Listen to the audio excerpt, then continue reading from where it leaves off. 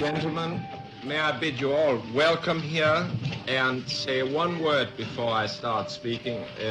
I am starting speaking, and that is the translation. Button number 2 is French and number 3 is English. You may wonder why I have asked you to come here. I have in mind a completely frank and open exchange of views, and this is ensured to you, and it is essential for our success. There is no verbatim quotation of anybody, and there's no press, so you're quite free to let yourselves go, if I may say so.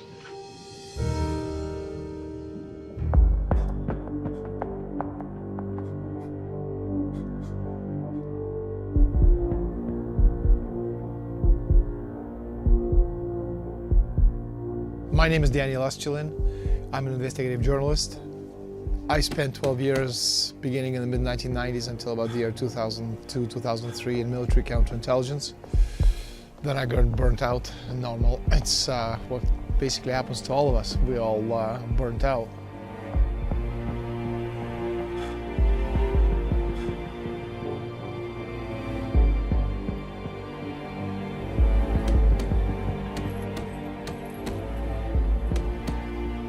I realized I had a lot of information that I've accumulated over the years, and I thought it would be a good way of getting some of this information out.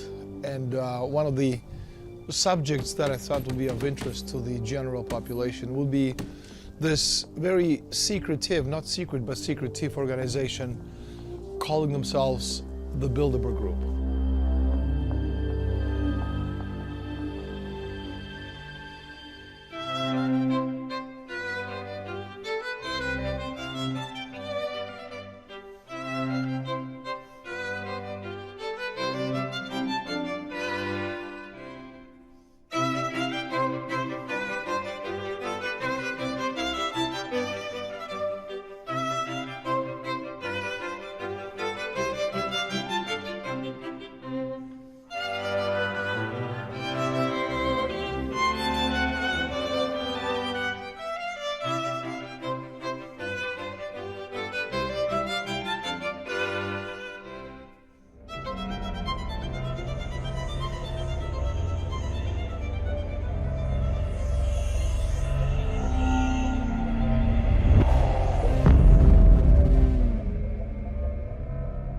Even before I joined the service in 1992, I'm in Toronto in a Spanish restaurant called Segovia with a friend of mine who was in the service in the KGB. And over steak and potato lunch, this man, let's just call him Vladimir. And according to him, Canada was going to be split up into English and French-speaking Canada. Through a referendum which was going to be put together from behind the scenes by these allegedly very powerful people. Now, the reason he said that this was going to happen is that the powerful people who ran the United States needed to balance their budget. 1995 comes around, that's 3 years into the future, and suddenly all these characters, all these people, all these politicians that I've never heard of begin to appear front and center in front of television, screens. And all the things that this man told me about 3 years earlier, in 1995, were front and center.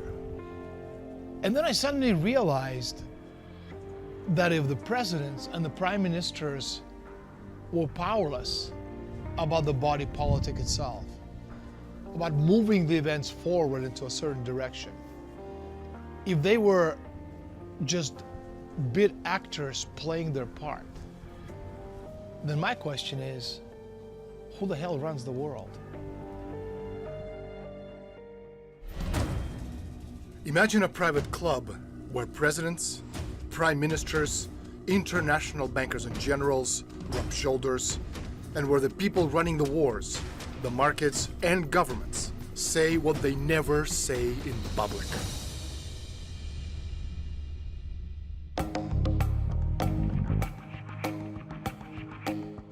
Es un momento en que estamos en los inicios de la Guerra Fría. Es una guerra que no se sabe cuánto va a durar, le durará pues, hasta 1989, pero en 1954 eso está todavía muy crudo, muy incierto y en una fase inicial.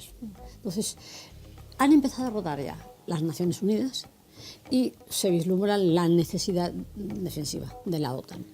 Luego, por otra parte, en Europa, las monarquías europeas sienten endogámicamente esa necesidad de defender sus propios intereses, intereses de estatus social, intereses económicos y también intereses de defensa hacia el exterior.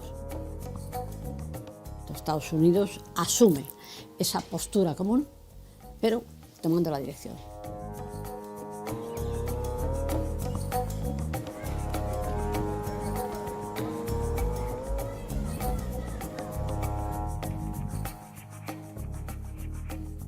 Well, the real reason for the interference of the CIA with Bilderberg was actually the Cold War that was coming up at that time, and they tried to use all the institutes they could get to steer the public opinion in Europe, and actually also in the rest of the world where they had influence. And Bilderberg was one of them, and that was the reason that they financed Bilderberg, the first meeting. Not totally, but for a great part, anyway.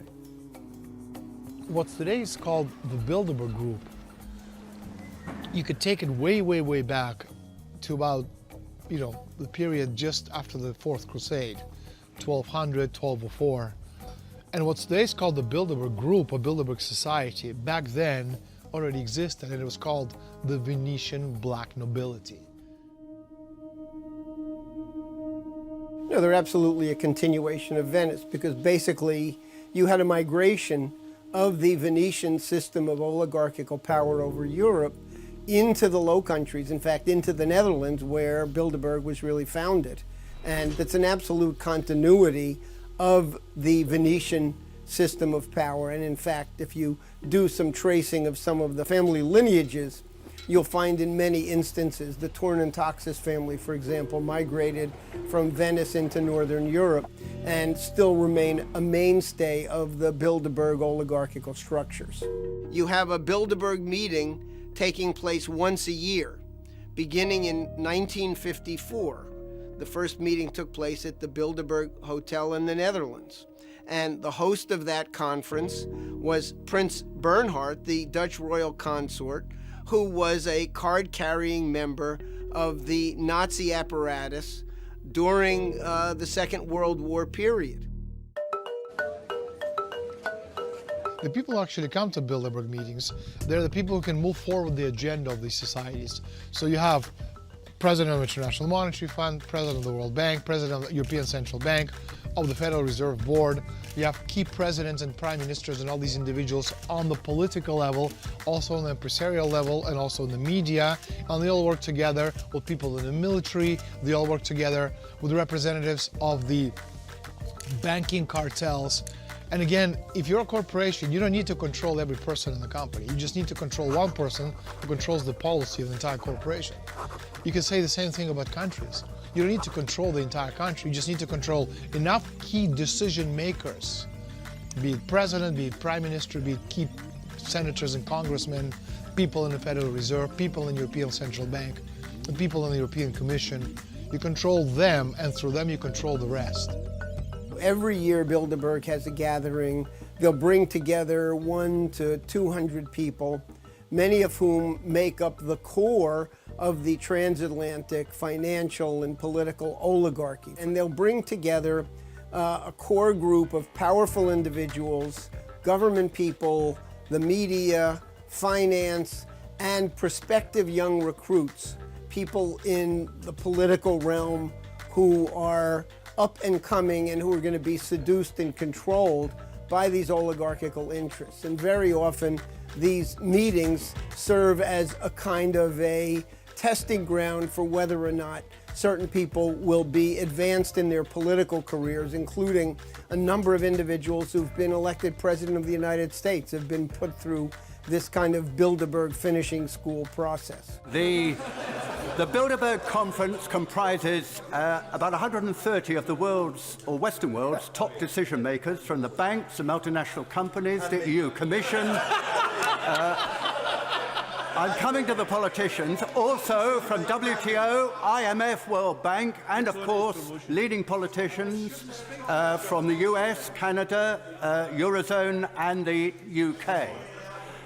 And I think, though they were clearly discussing some of the biggest issues confronting the Western economies at this time, why have we had no statement, either from the Prime Minister, or from the Chancellor, or indeed from the Minister without portfolio, all of whom intended in an official capacity? Why did they offer no statement, even though such decisions may well have a significant effect on UK government policy or the livelihood of future UK citizens?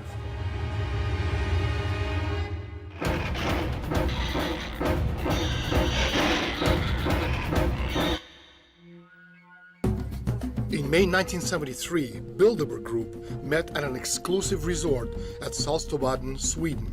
The key point on the Bilderberg meeting agenda was the oil shock of 1973, the 400% targeted increase in the price of OPEC oil in the near future. The oil shock, the hoax, it was in fact a hoax, of 1973, continuing into the late 1970s. And the whole point of the oil shock was to create a nominal flow of money into the hands of the Saudis and other Persian Gulf wealthy nations. The oil hoax ultimately created an enormous volume of wealth transfer nominally into the OPEC countries, the so-called petrodollars, but all of that money went right to London and Wall Street to be managed. So the financial oligarchy in its major centers used the oil hoax to establish an absolute domination over world credit to make sure that it no longer went for any development.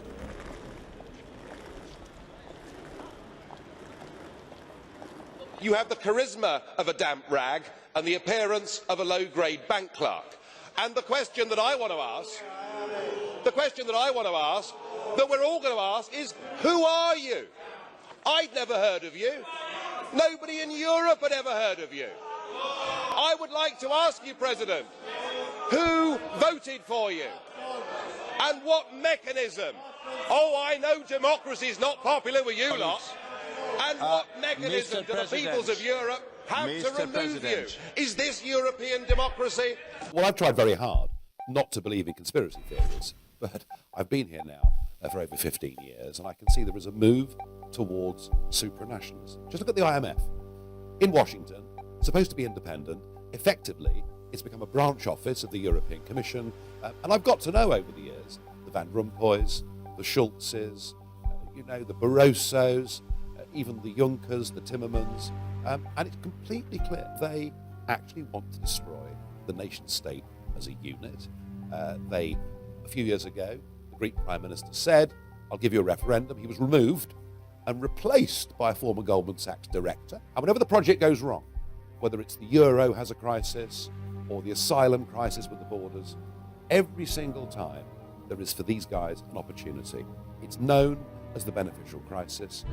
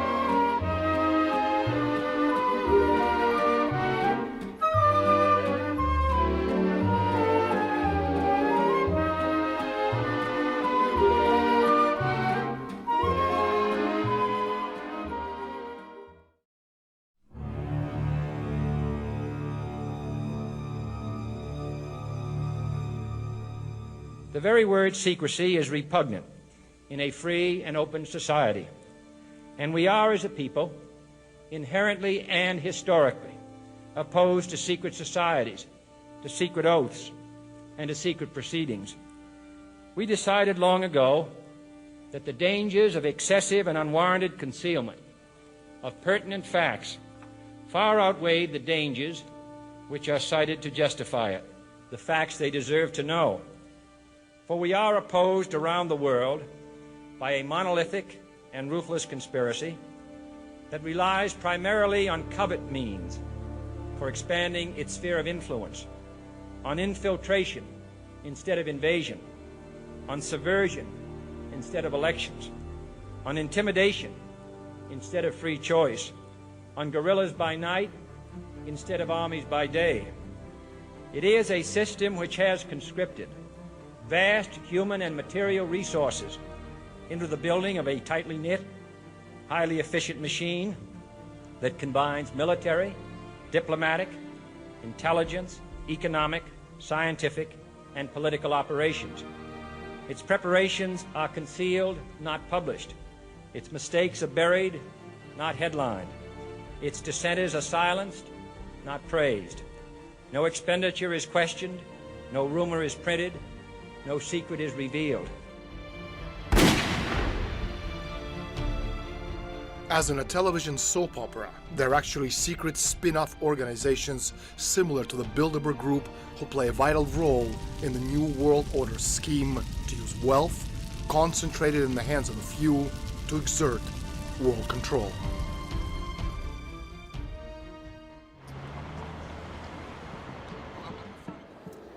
In 1968, George Ball and the Bilderbergers met and determined that they had to restructure the entire world along the lines of a corporation.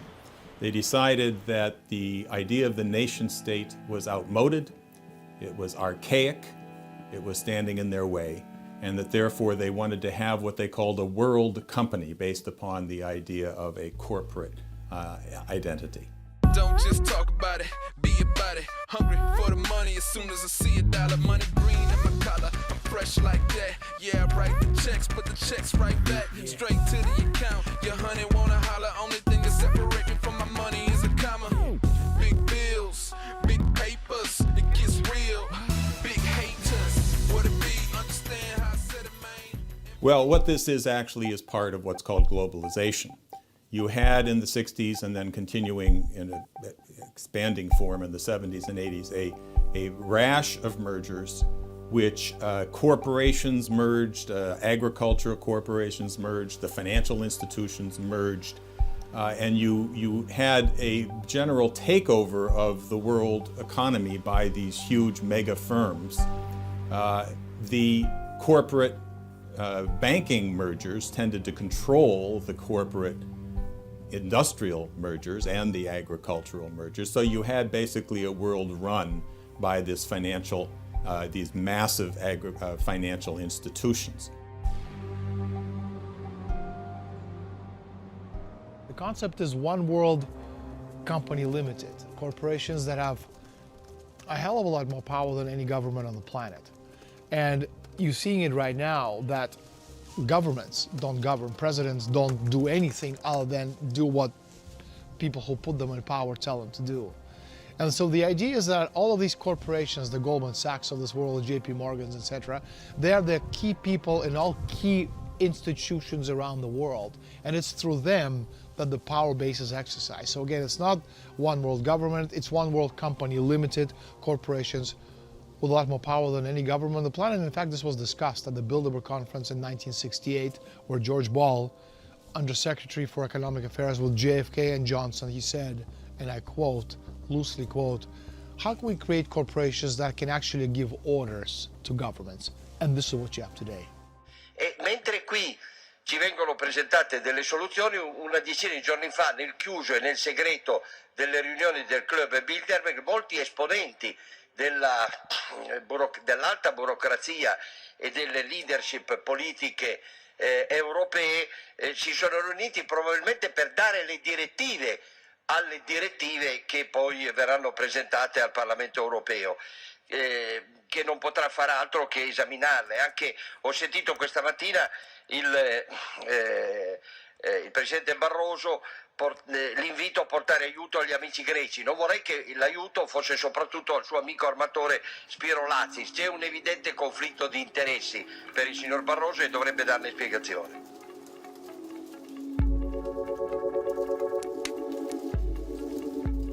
L'Europa oggi è sotto il dominio dei poteri forti e purtroppo anche dei poteri occulti. L'Unione Europea con l'euro e la Banca Centrale Europea ha espropriato i nostri popoli di un bene prezioso, la sovranità monetaria. Non siamo più padroni della nostra moneta e quindi del nostro futuro. E questo è molto grave, perché noi crediamo invece nell'Europa dei popoli e delle regioni, quindi della libertà. Poteri occulti che si nascondono dietro figure di personaggi che vengono imposti con le loro decisioni sulla pelle dei popoli e sulla testa dei nostri popoli. E sono sempre banchieri. It is about the building of an empire. And the paradox of this project, of this supranational European project, is the least popular it becomes with the people, the bigger mess it creates, the more power they get at the center.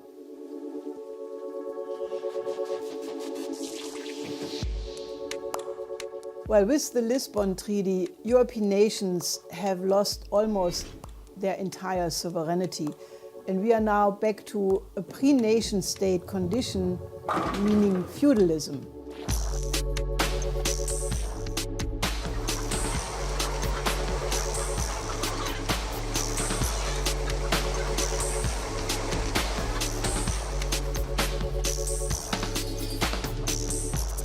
You know, we're living on a very small planet with limited natural resources and an ever-growing population base. If you extrapolate that into the near future, in one generation we're going to go to about 10 billion people, then we're going to go to 14, 18, 21. It's going to get to the point we're always going to have enough space, because 7 billion people space-wise is not a lot. But we are running out of food, and we are running out of water, and we're running out of natural resources. So for the elitists, for the Rockefellers of this world to survive, and I say Rockefeller not because he's important, but because he's well known, he's popular, which is not the same as being important. For the Rockefellers of this world to survive, most of us have to die.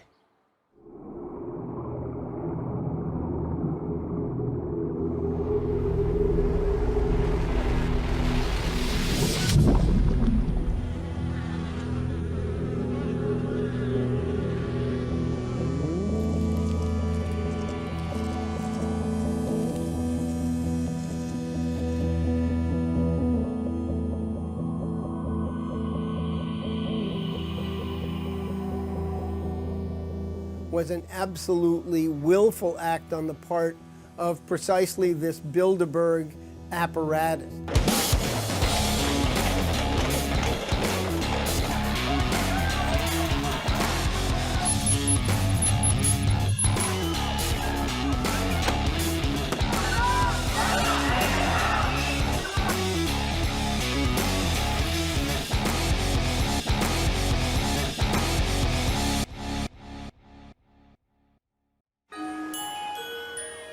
It's not really the idea of capitalism, because in the end what these people have or are, they already control 90% of the planet. Every aspect of society, everything you eat, everything you look at, everything you touch, mostly is in the private hands of these billionaires today. But the idea is, again, the whole idea of deindustrializing the world, it's a gradual process. You can do it, via armed conflict, but it's costly and it's also dangerous, because you can take everything off the chessboard, them and you at the same time. But the point is, if you can do it gradually, start dismantling, the different service industries, the different sectors of society, before long you have a Detroit, and before long you have a Greece, before long you have Spain, which is 70% population or unemployment for kids under 30. And this is reality, and this is how it's done. It's a gradual process of deindustrialization, demand destruction, and zero growth. And if you talk about zero growth, the whole concept itself came out of the 1972 study put together by the Club of Rome. Role of the Club of Rome back in the 1970s was to try to popularize the big lie that man could not continue to develop because resources were supposedly limited. And they used a ridiculous modernized version of the old argument of Malthus and Aristotle to simply state that based on mathematical equations, we would exhaust the resources. Fast forward 40 years, and look what we have today. We have a Detroit. And another 40 years into the future, we have the entire world, which is going to look like Detroit, and Detroit is going to look like paradise.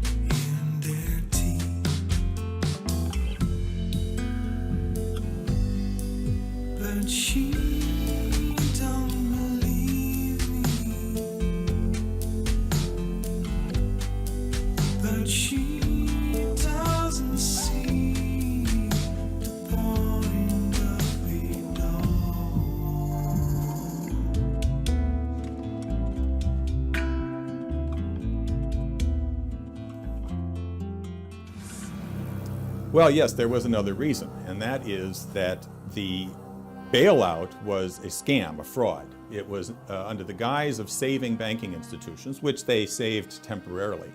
They were effectively taking unpayable debt, huge quantities of unpayable debt, and transferring it from private corporations to governments.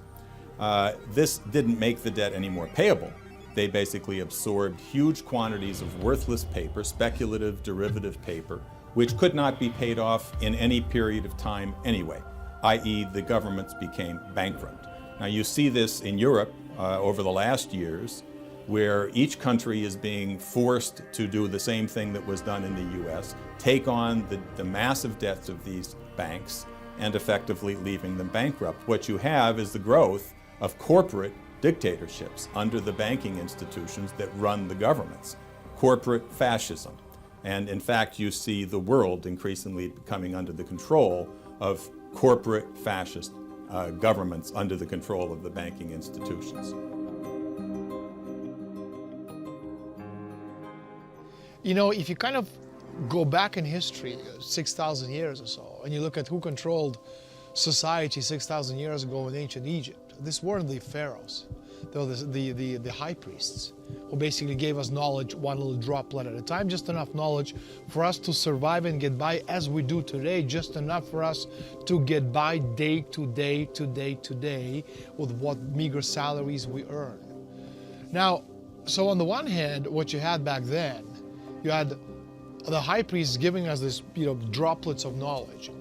But on the other hand, in the last 6,000 years, especially now, with technological revolution, with information revolution, information technology, people have computers and have access to internet, and suddenly all this information, which for thousands of years, which was only available to secret societies and very private organizations who passed it on from generation to generation in very small, tightly knit groups behind the scenes, underground, grandfather to father, father to son, son to grandson, grandson, to great-grandson, etc. Today, 99% of that information is available through Google.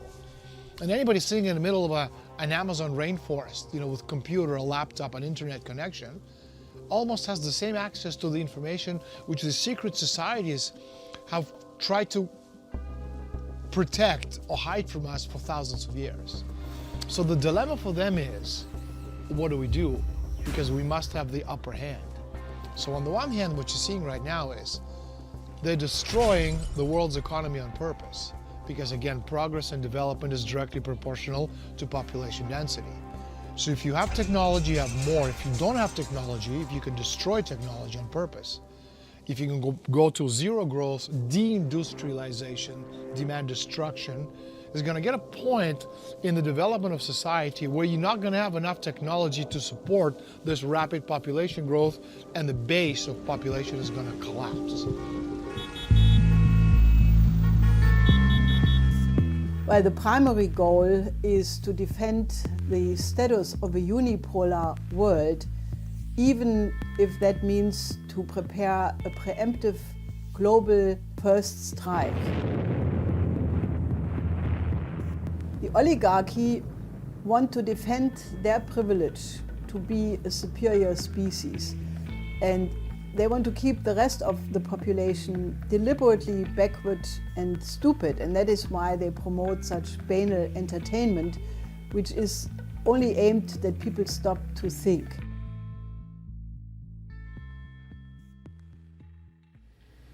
In the councils of government, we must guard against the acquisition of unwarranted influence, whether sought or unsought, by the military-industrial complex.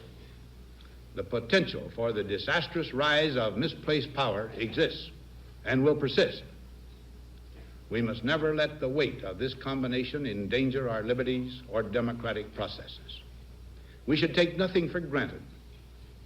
Only an alert and knowledgeable citizenry can compel the proper meshing of the huge industrial and military machinery of defense with our peaceful methods and goals, so that security and liberty may prosper together. Look at Google, Apple, Microsoft, IBM. These Bilderberg-affiliated megacorporations form an integral part of the United States security apparatus. Behind these technologies, enormous streams of capital are being expended and, more importantly, invested behind the scenes. Now we're at a point where that entire system is at a breaking point where it's hopelessly bankrupt, the debt is impossible to pay, the derivatives, which are purely speculative, unregulated gambling bets on top of the debt bubble itself, is estimated at $1.5 quadrillion, which is a multiplier of even the most optimistic idea of global GDP that's completely off the charts. So this entire system is doomed, and we're quite frankly at a point now where it would be no surprise if on any given day you woke up and found out that the entire transatlantic financial system had just evaporated.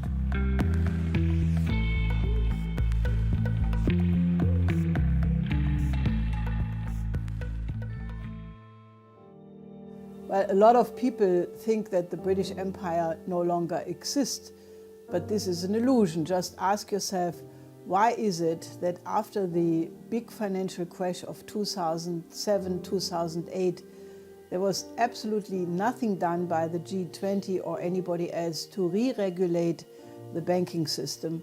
And they kept quantitative easing, they kept zero interest rate policy, which is really expropriating the majority of the population.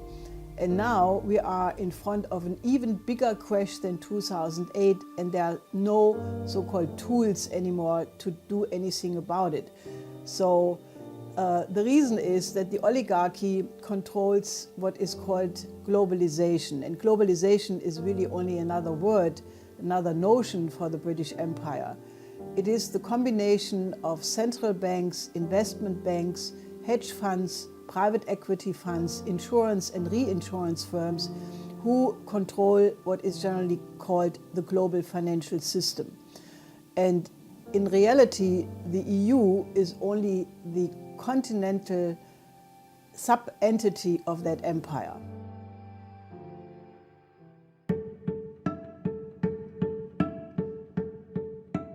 Well, the British Empire knows that in the long run it cannot survive in a world which is based on science and technology and development.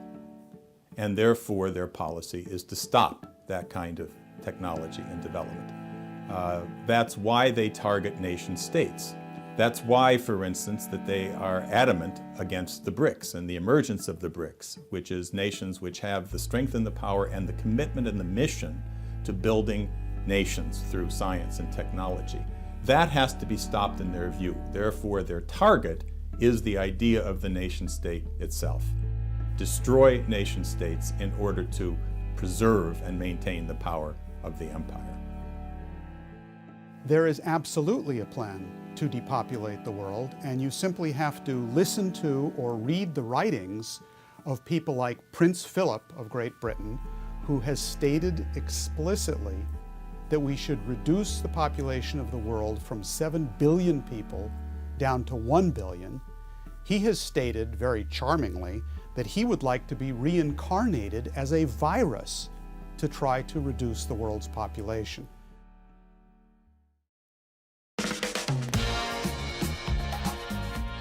If you kind of play with the numbers, you realize that, I've had almost 7 million people have read my book. Maybe another 20, 30 million people are aware of what Bilderberg is.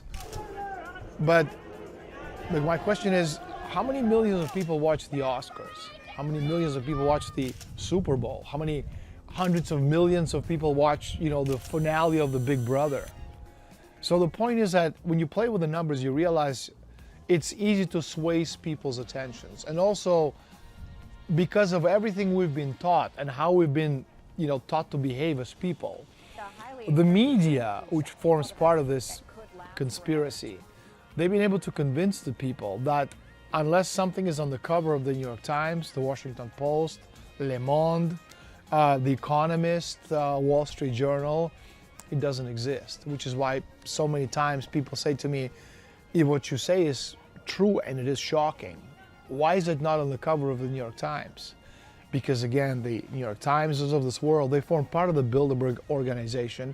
They form part of all these other societies. They're part of the elite. Their job is not to tell the truth, but to sell a particular vision of reality which the elitists need to move their agenda forward.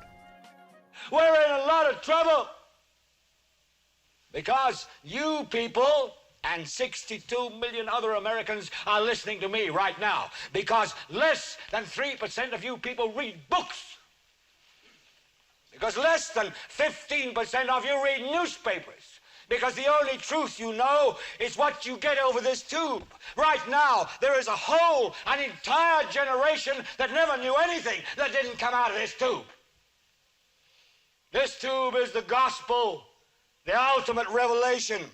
This tube can make or break presidents, popes, prime ministers. This tube is the most awesome goddamn force in the whole godless world.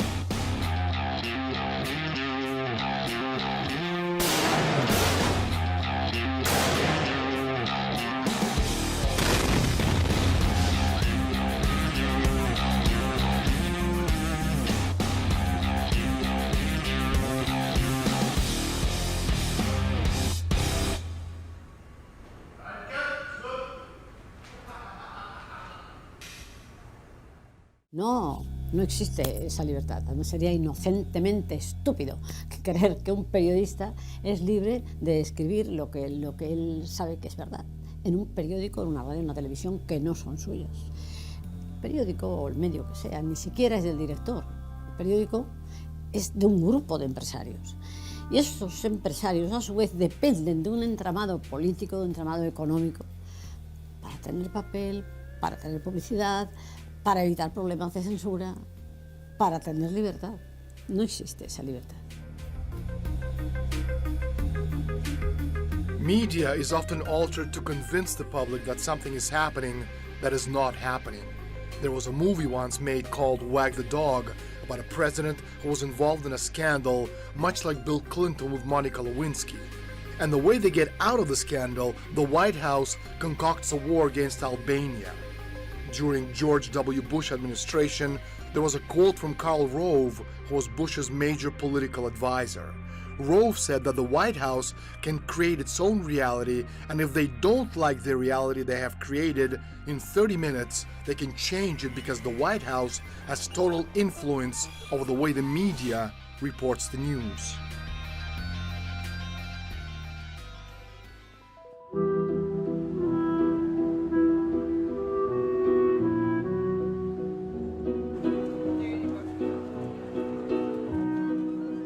C'è una congiura del silenzio.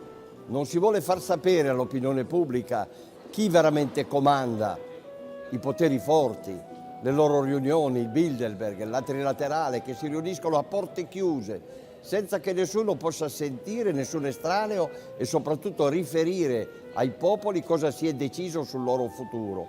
Noi combattiamo questa dittatura dei poteri occulti e riteniamo che il potere debba essere restituito ai nostri popoli. Questa è democrazia e perciò quando qualcuno di noi riesce a far comunicare all'opinione pubblica queste verità si cerca di screditarlo, di chiamarlo cospirazionista. Mr. Speaker, this is the first occasion for me, as I've never previously answered a question in the House of Commons on behalf of a private organisation for which the government has no responsibility. The Bilderberg organisation exists for the purpose of holding meetings once a year in various countries. It exists for no other purpose. And this year the meeting was held at a large hotel near Watford in Hertfordshire.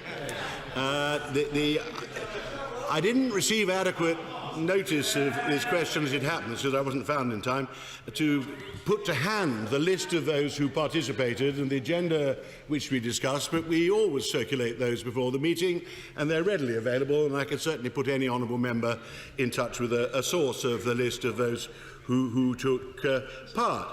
Each year we invite something over 100 people. It was about 140 this year, drawn from both sides of the Atlantic, from Europe, including Turkey, and from the United States and Canada. The people who attend are drawn from the worlds of government, politics, academia, defence, journalism. We all attend the people who attend change slightly each year. There's a core of those who regularly attend. Different people come. Well, I'm trying to guess at what on earth people are asking a parliamentary question about this for and what they're interested in.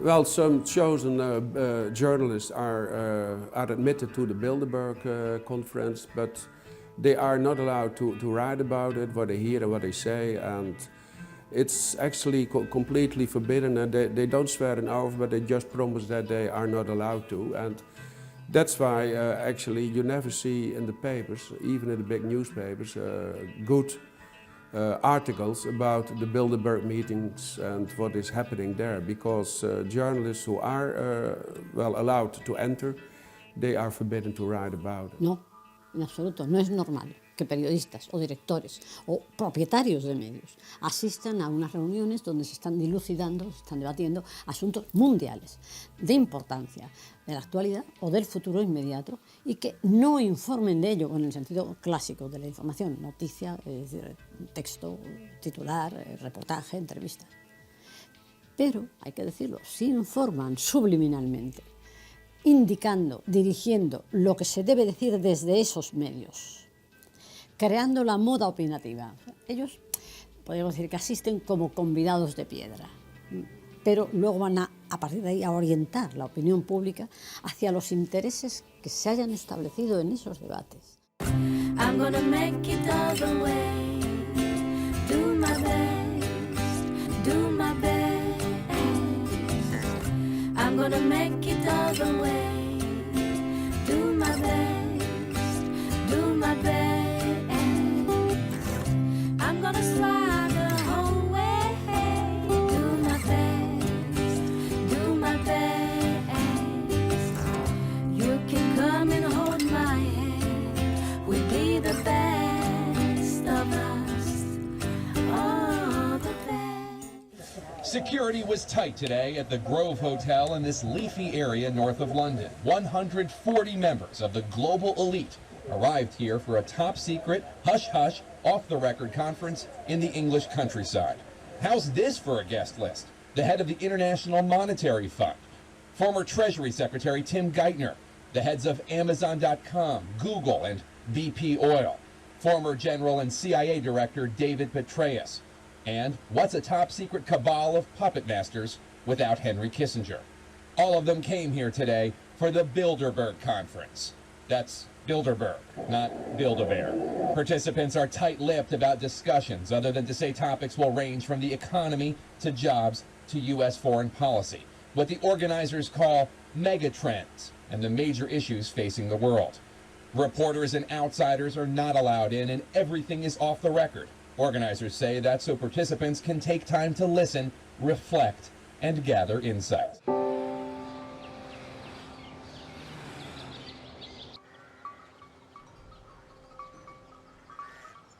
I got in early October from someone in the Austrian Ministry of the Interior an official document which was handed out to all the personnel in the Ministry of the Interior, as well as special forces and the police departments, basically canceling holidays for the first 2 weeks of June as a result of the Bilderberg conference, which is being held right now in a hotel half an hour from here. Un grupo de poder, ¿no? Es un grupo de poderosos que no pertenecen a ningún gobierno nacional, pero sí son parte de un gobierno supranacional, un gobierno mundial. Ellos no adoptan decisiones ejecutivas, pero sí prefiguran y predeciden lo que ha de acontecer. O sea, ellos diseñan los futuros convenientes en el escenario económico, en el escenario político, en el escenario defensivo. Well, you know, we're in a hotel in Innsbruck, about 35 kilometers from the hotel where the Bilderberg conference is actually taking place.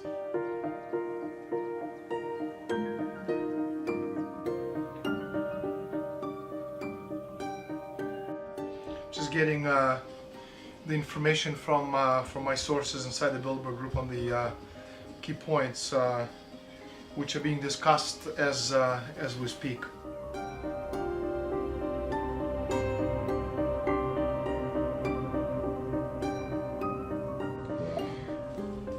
Daniel, I'm pasting for you some of the key discussion points which shall be taken up at this year's meeting. As you know, the world is in dire shape and the financial system can blow out at any moment. There are a lot of very worried, or should I say freaked out people who will be attending this year's conference. Their only saving grace is that most of the planet is completely oblivious to what is going on around them. Good luck to you, and as always, put this information to good use.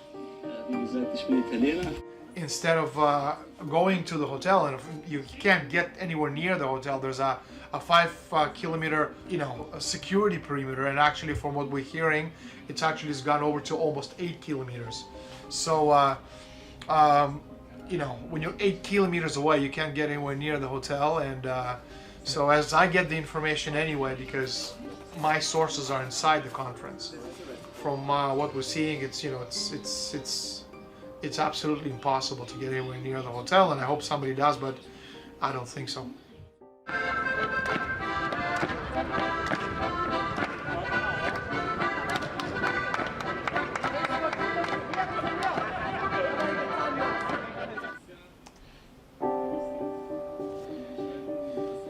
And there's some very, very heavy points. Artificial intelligence, that's the future of humanity. Transhumanism, the change from humanity to transhumanity to post-humanity. Cybersecurity, that's one of the key issues which the Bilderbergers have been talking about for a very long time, and that has to do with controlling internet, obviously chemical weapons threats, current economic issues, which is, the world is going to hell in a handbasket. This is the information which he sent me, and I'm just downloading, all the stuff on the subject of America. And in the first 2 pages of this extract, 7-page extract, I'm seeing this like the 5th time I'm seeing perpetual war, okay, multi-generational threat. Now, give me a second just to see what else is there. Now, one of the things about perpetual wars require perpetual funding. Non-ending war, non-ending funding, which means that you throw as much money as you want into a particular situation, which is this, war on terror. How long? We don't know. Forever. How much money? As much as you need. So the idea is, again, you control both sides of the equation. You control the left and the right. You control the dialogues through the media, and then you push the idea of perpetual war.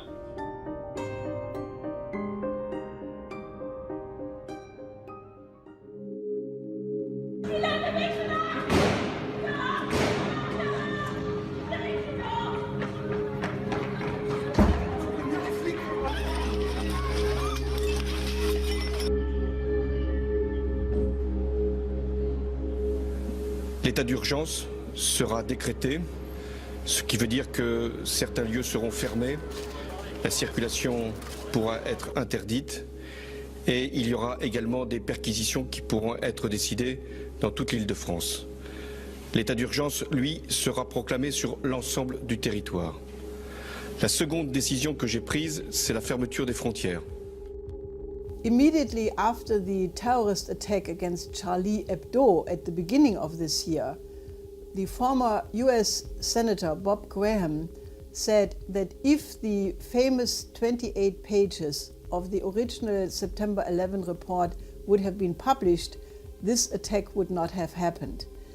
Now, what this means is that the original September 11 Commission of the Congress published a report, and 28 pages are classified to the present day, but we more or less know what's in it. It pertains to the role of Saudi Arabia financing terrorism and Wahhabi Salafist attacks around the world.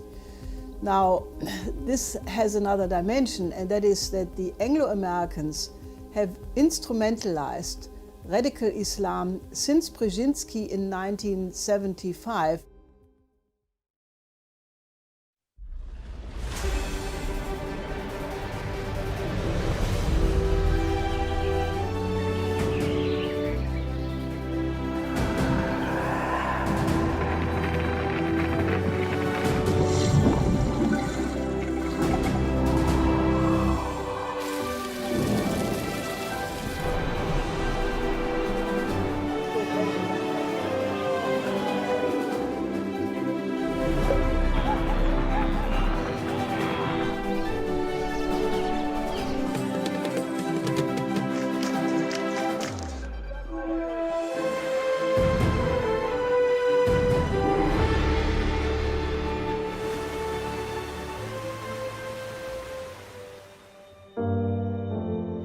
Humanity has almost destroyed itself a number of times.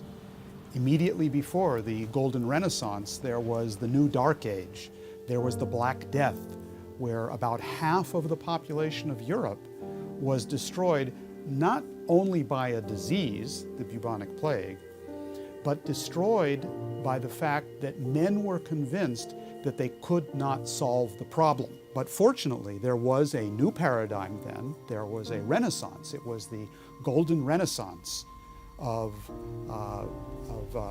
Leonardo da Vinci in Italy, of Miguel de Cervantes in Spain, of Shakespeare in London, which developed the concept of man, a new paradigm in which we organized our business as human beings based on the concept of man's morality, creativity, and free will. We cannot have a situation where, as in Greece, 60% of the youth have no jobs. That is killing the future of society. Or Spain, where it is almost at 60%.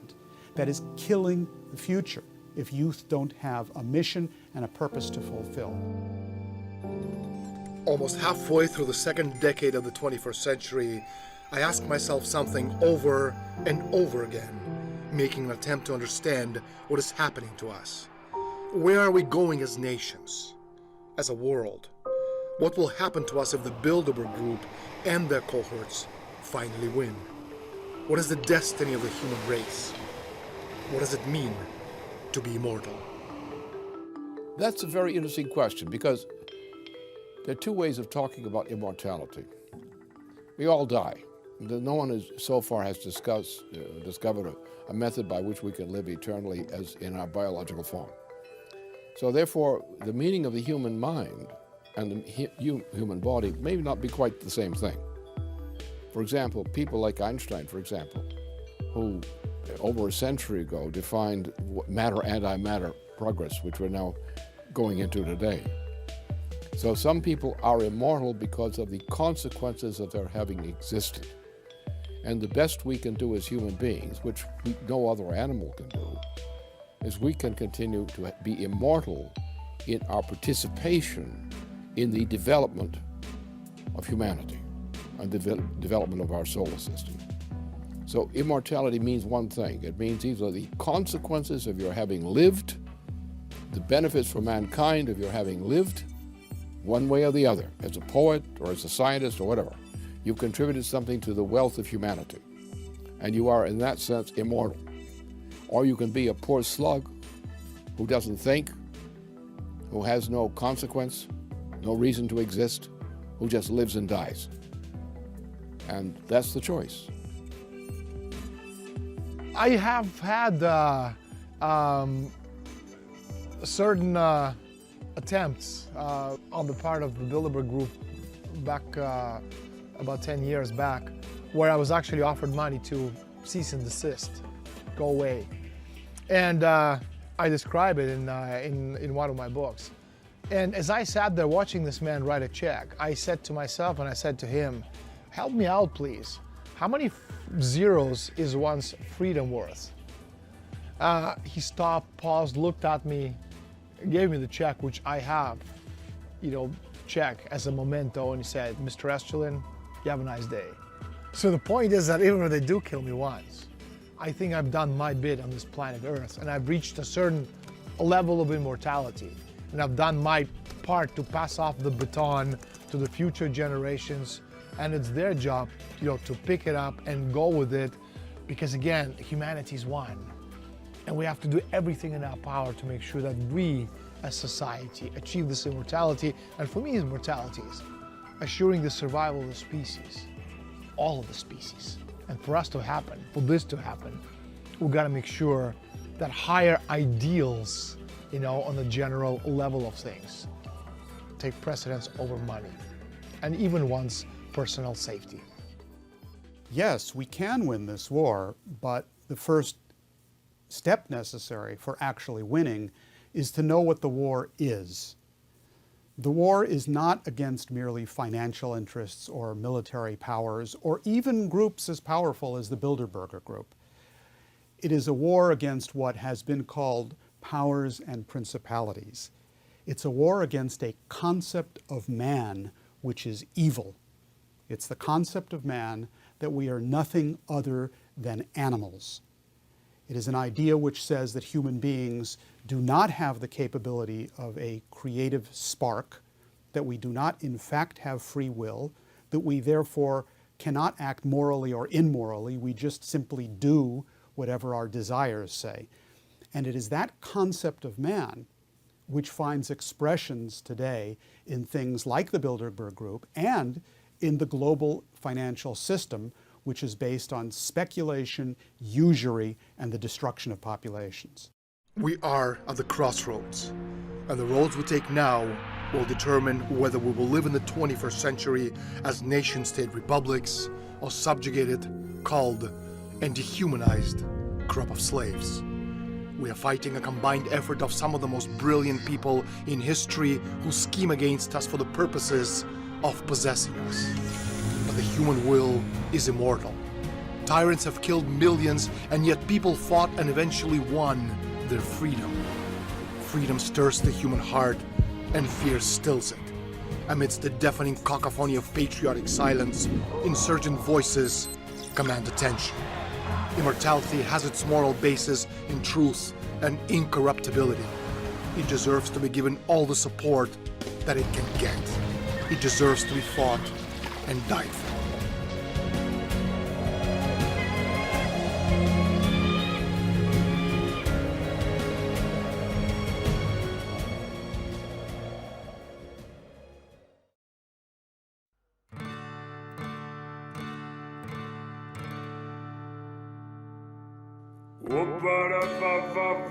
I sing Oh, ba-da-ba-ba-ba, it's my song. Oh, va-va-va, the more I see, the less I know. I look for the different, but at the end it's all the same. It's all the same. I look for a new light, but at the end you are my only star. I look for a new step, but at the end you are the only way. I look for a new vision, but at the end you are my eye.